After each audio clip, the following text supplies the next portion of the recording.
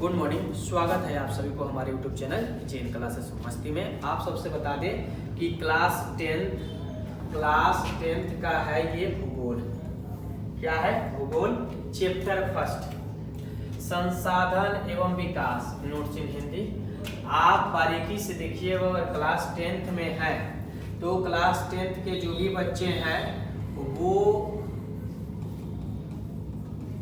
भूगोल का पहला चैप्टर संसाधन एवं विकास बारीकी से समझेंगे। आते हैं हम पॉइंट पे। सबसे पहले मेरे प्यारे बच्चे ये जानिए कि संसाधन होती क्या है। तो सब लोग जानते हैं कि जिस वक्त हमारे समाज में संसाधन नहीं था उस वक्त मनुष्य ही संसाधन के रूप में कार्य को करता था। जैसे बोझा को ढोना,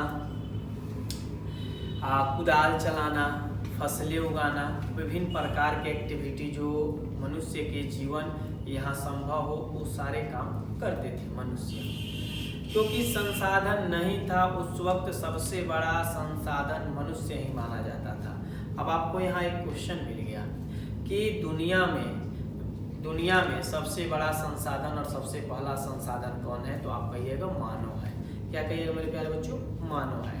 उससे पहले आप यहाँ थोड़ा सा ध्यान दीजिएगा। चैप्टर का नाम है भूगोल। क्या नाम है?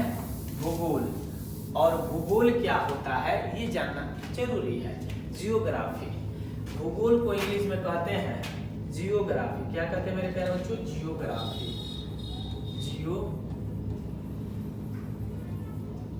जियोग्राफी और जियोग्राफी के मतलब होता है description of earth. Description of earth यानी बाबू डिस्क्रिप्शन के मतलब होता है डिस्क्रिप्शन ऑफ किसका बाबू? तो अर्थ। ध्यान देना, जो पृथ्वी के विषय में संपूर्ण जानकारी दे देता है ना उसी को हम भूगोल कहते हैं। हमेशा बात को समझने का प्रयास कीजिएगा, रटने से नहीं। रटिएगा तो कुछ नहीं पता चलेगा। तो सबसे पहले आप इस पे ध्यान देना कि रटना नहीं है, समझना है। तो कोई पूछे कि भूगोल क्या होता है तो आप कह सकते हो कि पृथ्वी का वर्गीकरण करना ही क्या कहलाता है? भूगोल कहलाता है। या the descriptions of earth that is called geography. या भूमि गोल है वही भूगोल है। यानी कि ये सारे डिफिनेशन आपके काम आएंगे। अब आगे हम पढ़ते हैं तो यही क्वेश्चन राइज होती है कि अच्छा मानव भूगोल होता है और एक प्राकृतिक भूगोल होता है, ये क्या होते हैं? है कि नहीं? जिसे मानिए कि मैंने यहाँ लिख दिया जियोग्राफी। ध्यान से समझना मेरे प्यारे बच्चों। और जियोग्राफी से दो चैन निकले। पहला को मैंने मान लिया मेड थिंग्स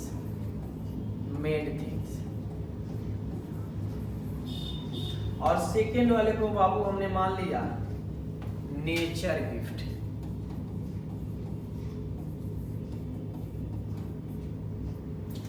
क्या अंतर है? तो ध्यान से देखना। भूगोल दो पार्टों में कैसे बटा, यानी कि कुछ ऐसे भी संसाधन आपको दिख रहे हैं जैसे ये इंटरेक्टिव पैनल है, लाइट पेन है, कैप है, हमारे सिर को ढकने के लिए जो हम शर्ट पहने हैं, छां देने के लिए मकान का छत है, बैठने के लिए कुर्सी है, ये सब मानव द्वारा बनाए गए हैं। और वो सारी संसाधन जो मानव के द्वारा बनाया जाता है उसे हम मानव संसाधन कहते हैं। Those things which we made by mans or humans that is called man-made things और man-made geography। और मानव भूगोल हो गया। और प्राकृतिक भूगोल होता है those things which we gifted from gods, जो भगवान के द्वारा हमें प्राप्त हुआ है। जैसे मान लो हवा हो गया, पेड़ पौधे हो गए, समुद्र हो गया, तालाब हो गए, ये सब क्या है? प्राकृतिक आपदाएं और प्राकृतिक से हमें मिला है। तो भूगोल दो पार्टों में बटा है। कुछ तो प्राकृतिक भी संसाधन है और कुछ मैन मेड है वो भी संसाधन है। कोई दिक्कत यहाँ नहीं होगा। अब हम आते हैं अपने पॉइंट पे। ध्यान से देखना बाबू, संसाधन होता क्या है? संसाधन होता क्या है?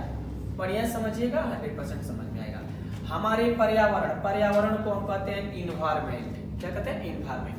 हमारे पर्यावरण में उपलब्ध प्रत्येक वस्तु जो हमारी आवश्यकताओं को पूरा करने में प्रयुक्त की जा सकती है और जिसको बनाने के लिए प्रौद्योगिकी उपलब्ध है, जो आर्थिक रूप से संभाव्य और सांस्कृतिक रूप से मान्य है, वह संसाधन कहलाती है।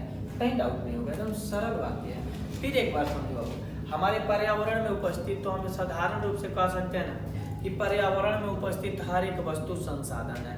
किसी चीज को लो ना यार, सब तो संसाधन है।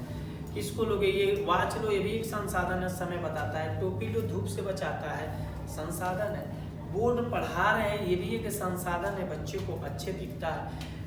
मानो ये दीवार है, ये भी एक संसाधन है, उधर से प्रवाह, हवा के प्रवाह को नहीं आने देता है। बारिश की जो बूंदे होती है अंदर में, हर एक वस्तु ही संसाधन है। हमारी आवश्यकताओं को पूरा करने में प्रयोग किया जाता है। कोई भी वस्तु जो है ना, वो आवश्यकताएं कहीं ना कहीं पूरा ही करता है। कुछ भी ले लो, ये वाटर बॉटल है, ये भी एक संसाधन है और मेरी आवश्यकताओं को पूर्ति करता है कि मैं इसमें वाटर को स्टोर करके रख देता हूँ, और कभी है हमारे व्हीकल्स को वाटर की नेसेसरी होती है तो मैं इससे लेता हूँ। आ रहा है समझ में? तो ये भी एक क्या है, संसाधन है। आ रहा है समझ में? नेक्स्ट बाबू, ये पंखा भी एक संसाधन है। मैं अपने आवश्यकताओं के अनुसार इसे रन करा सकता हूँ, चला सकता हूँ। तो ये दुनिया में उपस्थित, पर्यावरण में उपस्थित हर एक वस्तु क्या है, संसाधन है, जो हमारे उपलब्धता को क्या करती है, संपूर्ण रूप से पूर्ण करती है।